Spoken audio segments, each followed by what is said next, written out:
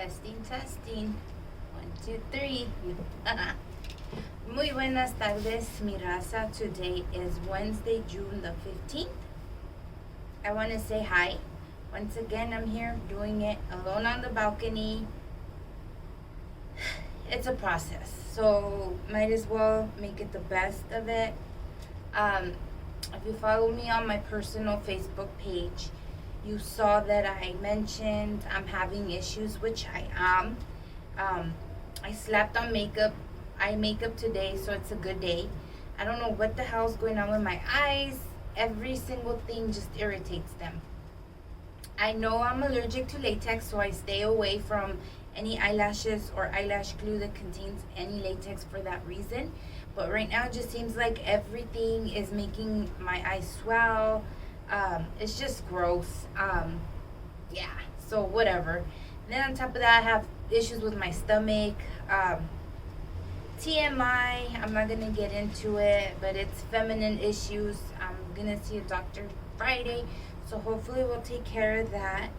But I just wanted to pop in and give you guys a quick video because everybody's like, hey. So here I am.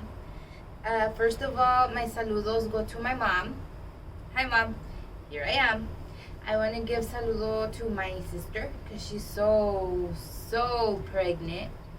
And the nephews, they're my fans. So I'm going to keep everything with no curse words, even though they cuss more than I do. Because that's just what we're going to do. We're going to clean it up a little bit. So let's go. Number 3. This is my video number 3 with no bad words. So vámonos recio, right?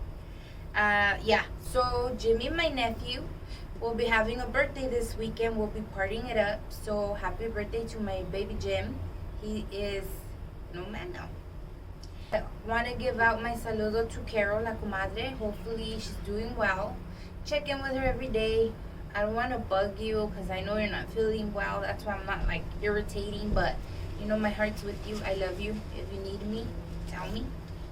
Then I have a few other saludos that I want to give out because I've just been making so many friends as I go along. And it's just freaking amazing because the support I've been getting is wow. Like gross. So hello to Lobito. Lobo. He is a new friend of mine, a good new friend of mine, because I can call it that. If you can converse with a person back and forth, that's a good friend. Well, at least to me it is. So hello to you. Very interesting guy. He was just telling me earlier today that he bets if we sit down and actually talk, we would talk for hours. I think so, because I just do that already. I just talk and talk and talk and talk and talk. That's just what I do. So hi to you. Safe travels. He's traveling this weekend for work, so hope you come back safe and sound. I also want to send out some more saludos to my 2 Raules. I have my Raul up in Washington, Las Calaveras and things, so hello. And to Raul here, a friend of a friend. So hi Raul Alarcon. Hello to you. He's told me the other day I was watching your video, so you better watch this video too, because I'm not gonna let you know I'm sending you a saludo till you tell me, hey, I watched it, thank you. So I'm gonna be watching for your text. Anyways, also I wanted to send out one very big and meaningful saludo all the way to the Leno. And once again, like I said, if you can converse in a healthy manner back and forth with a person and it's all positive and it's good and you can relate, that's a good friend. Well, at least to me it is. So this one goes out to Carlos. He's out in Delano. Hello, Mr. Carlos.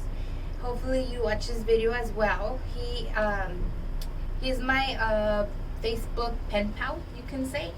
So I just want to send him a saludo and animo. You know, for that matter, I would also like to say hi to any of my audience that might be put away right now. I know things are hard. I know your moods get low, and I just want to let you guys know that every day is a learning experience, as you already know. So use it for the better. You know, learn while you're in there. You know, redemption is a big thing, so I'm pretty sure most of you guys already gone through that process. So just know that you have a big support group out here that's rooting for you guys. At least I know I'm one of the positives. I always believe people can change. You can better yourselves, and you can be anything you want to be. Not just kidding. You could just be a better person overall. I know a few people that are put away, and they're actually some of the best people that I come in contact with. So like I said, I know firsthand you guys are not all bad. Mistakes, everybody makes them. So it is what it is, but I just want to give you ánimo. Síganle adelante. Hopefully your dates come soon, and I know your family's been out here waiting. I also know that you've been all desesperados porque todo lo del coronavirus los tiene without being able to get any visits. So I know that's very hard too. But anyways, like I said, this one goes out to all my encarcelados. Yeah, if you don't say, I won't say who has a phone. But so since we are still doing this solo balcony little series of mine, I want to go ahead and continue with my Un Negocio Pa Conocer. So today I'm going to be talking to you guys about La Colombiana. So that's a friend of mine. She's starting a business, cooking actually. This week is her grand debut. So as you guys may have seen, I shared it on my Instagram and Facebook. She's local here in Ontario and makes the most bomb Colombian empanadas. So hit her up. The number is 626-488-9369. Ask for Vanessa. And yeah, let her know you got it from me, La Comadre B. Follow her as well, guys, on Instagram. The name is Colombiana69. She has combos available. You can text in your order. You can call in your order. Or if you'd rather just hit her up on Instagram and place your order. But place that order. The weekend's coming, you know you don't want to cook. With this weather, you know damn well you don't want to cook. So, llámale, dile, hey, B told me you got food.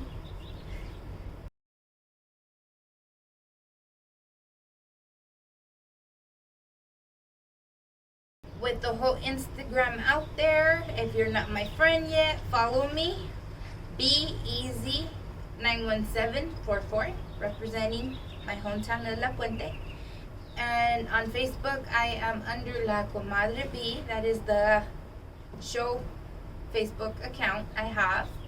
And please follow me on YouTube. So it's Becky Lopez. Like, subscribe, and please hit the bell. Please.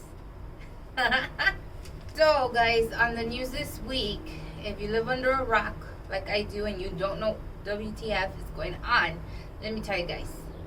Kim Kardashian, I think done it. So she purchased the dress that Marilyn Monroe wore to sing happy birthday to the president.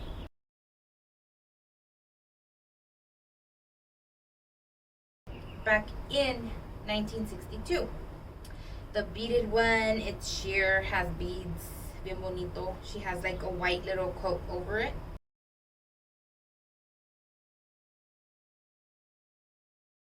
Yeah, that dress. Well, Kim Kardashian bought it from Ripley's Believe It or Not for the amount of $4.8 million. She purchased this dress to wear it out to the Met Gala this past weekend. And her reason behind purchasing this dress is she wanted to get as American as you can get, and what better than to be Marilyn Monroe.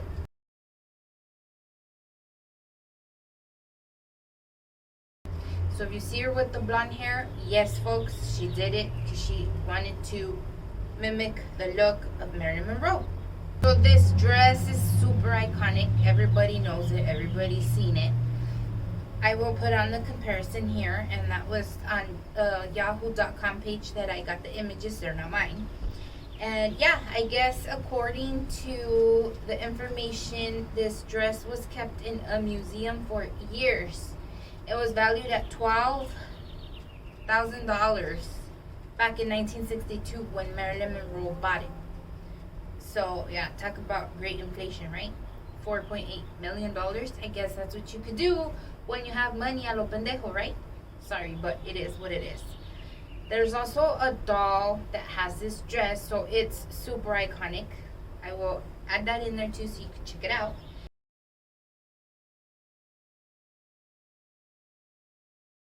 But I don't know. To me, I just feel like Kim Kardashian is a whole persona in herself.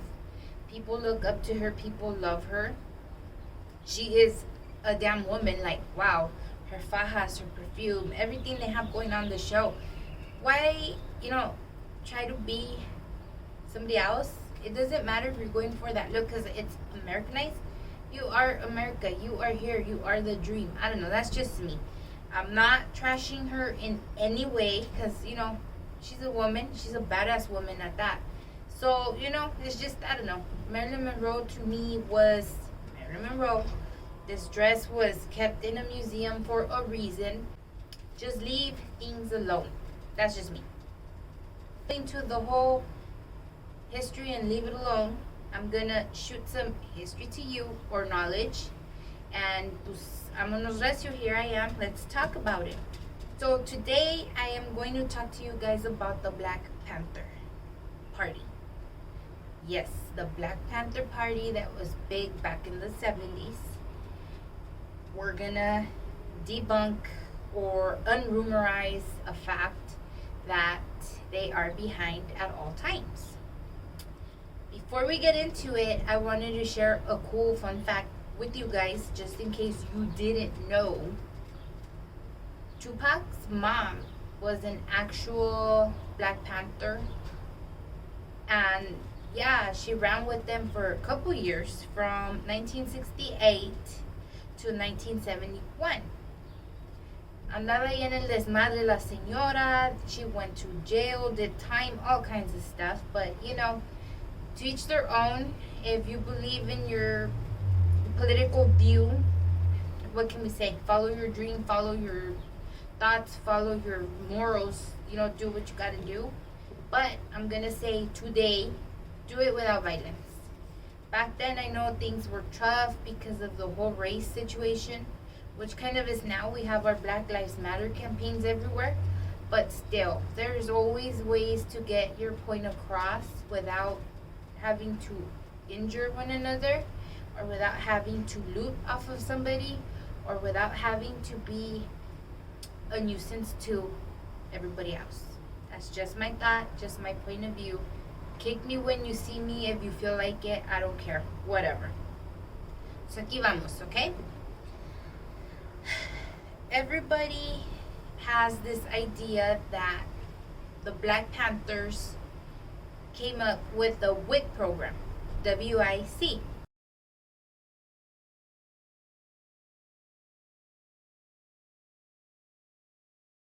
Every pregnant woman here in America, in the US, has been introduced to this program when you have your children. So WIC actually stands for Women, Infant, and Children. WIC. So once again, I'm saying the Black Panthers did not come up with this program, although they did inspire it. And I'm going to tell you how. But first, let me tell you who did. There was a Minnesota senator by the name of Hubert Humphrey, which is the man that actually passed this and established this program back in 1972. So he's the one that we should give credit to for the WIC, or the WICs, like I call it WICs. But it's WIC, W-I-C. Anyways, going back to giving credit where it's needed, the Black Panthers did make a boom with something that we're still benefiting off of today. Yeah, today, like right now, 2022. And that is free school lunches. So in 1968, they started this program at the communities, free breakfast for children. What was it? Exactly what it sounds like. They would feed the children for free. I know I'm sarcastic, but hey, we gotta have fun with it while I'm at it, right? which today is known as the Federal Government School Breakfast Program. So the Black Panthers started this whole program to show the government that they weren't just vicious, that they had a grateful side, and that they were actual nice people with a heart. But anyways, the government still bashed them and said that whatever, they're still using this to get at us in a revolutionary way, this and this and this and that. ¿Quién les entiende? ¿Quién sabe? Politics, you know how that goes. Anyways, this all started up in the Bay Area, in Oakland. Up, way up in Oakland. So the Black Panthers had a bunch of cities involved, total of 6, that were all doing this program to feed the children in the morning before school. There was a total of 6 chapters that the Black Panthers had that were doing this in the communities, 6 major cities. They were combined 1,000 children that were receiving free breakfast from them a week. Yeah, 1 week. There were also 6 other great cities that were involved with the Black Panthers doing this as well, the free breakfasts. And those were New York, Chicago, Detroit, Boston, Los Angeles, and Kansas City. On a combination of all 6 of these major cities that were doing this, they were feeding over 10,000 children free breakfast weekly. Okay, so now the question is, where did they get their food? They would collect donations for food when they did their rallies or demonstrations, so people would bring food along and donate to them. They would also push this little law within their communities that if you did business within that community, you had to contribute to them. You can either give them money and then they'd be in charge of buying the food, or give them food to be able to give to the kids. One of the markets that was in the area that refused was Safeway, so pretty soon everybody started boycotting Safeway because they did not want to help out, and it was only $100 contribution that they were supposed to give that they didn't want to give. So it started a ruckus of their own, but eso ya es otro rollo. We're talking about this ahorita. So, like I said, all the donations, all the contributions, all the food, everything that was collected with the Black Panthers was specifically to feed all the hungry children. That's literally all they used this stuff for. Good-hearted people, right? Porque ¿qué quieren ver a un niño con hambre? Eso es lo peor, right? Well, the government is already in know that there's a huge hunger problem here in America. So they caught wind of what the Black Panthers were doing. It was a big old deal also. They came to Senate. There was a testimony, and they went up to the Senate. They had, a hearing. And in this testament, it was actually admitted that the Black Panthers were doing way more for the communities than the actual government was. So, hey, it became a big, concern, because how the hell are these, rebels and bad people actually doing good? Once again, like I said, politics and politic mind, right? Not only were they known to be feeding these children, they also had free clinics all around their cities to help people with low income get the health care they needed.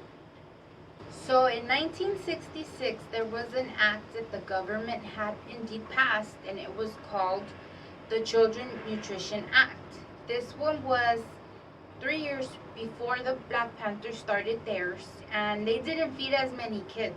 So they were thinking, how the hell is it possible if we had this running that the Black Panthers are feeding so many more kids?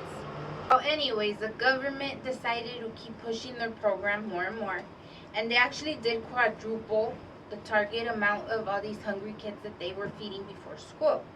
So from 1968 to 1972, their numbers went up, way up. So, with that being said, I am done with my history lesson for the day. And I would like to thank the Black Panther community, known as the Black Panther Party, for creating such a program within other communities and showing that we care about our kids. Like I mentioned before, nobody wants to see a hungry child. That's the worst thing you can see. Nobody wants to see anybody hungry for that matter. So, that's one of the things you should take into a quick account and think of like, oh, okay, they're cool, Whatever happened then happened. They had their political views. It is what it is today. Lots of history, lots of sad, violent history. I would suggest, if you haven't seen the movie The Butler with Forrest Whitaker, do so. Oprah Winfrey's in it. It talks a lot about the history behind Black Panthers and the stuff they used to go through. And it's no joke. It's really sad to think that one human can do the worst to the next. But it's just the world we live in, So, yeah, that being said, guys, that is your history lesson for today. The more you know, the more you know. I want to close with the message to all my followers, my supporters, my friends, and even the people that don't like me. Just thank you, guys. Thank you for all the love. Thank you for all your messages. Thank you for inspiring me, because you do. I sit here and I started this vlog of mine over a year ago for this purpose of sharing information. I had a lot of people, guests, line up to share different stories of different things, but at the end of the day, everybody's too shy to want to come talk. So why not take information I know or information I look up to spread the word around for people to know, Like always, guys, if you have any ideas, suggestions, a topic you want me to cover, let me know. I'm going to push and see if next week I can record with all the girls. Hopefully I'm in a better place. Hopefully Carol's in a better place and we can do so. Because I miss the girls. You know how that goes. I wanted to throw a last saludo to my baby Susie. She inspired, o me peinó. My baby Susie me peinó, makeup, everything. She's like, Mom, So here I am, my Susie. I love you so much. I did upload a bunch of videos this past week, so check them out. I have a review of Alex Tacos in Pomona. Amazing quesadilla tacos. Check them out. It's a hole in a wall off of Mission in San Antonio, but I give it a 10 out of 10. There's also a video of the Railroad Tie House out in Apple Valley. A trip. Just check it out. A little bit of history for you guys. And I have a quick review of Café con Libros also in Pomona. You know how I do. I might live here where I do, but you can't take me out of Pomona ever. Pomonian at heart. I just have a bunch of other fun stuff, so just give me a look and give me a follow, subscribe. And I will send you your mug, your Comadre supporter mug that I send out to all my subscribers. Promise. So, con eso los dejo. Muchas gracias por su tiempo, más que nada.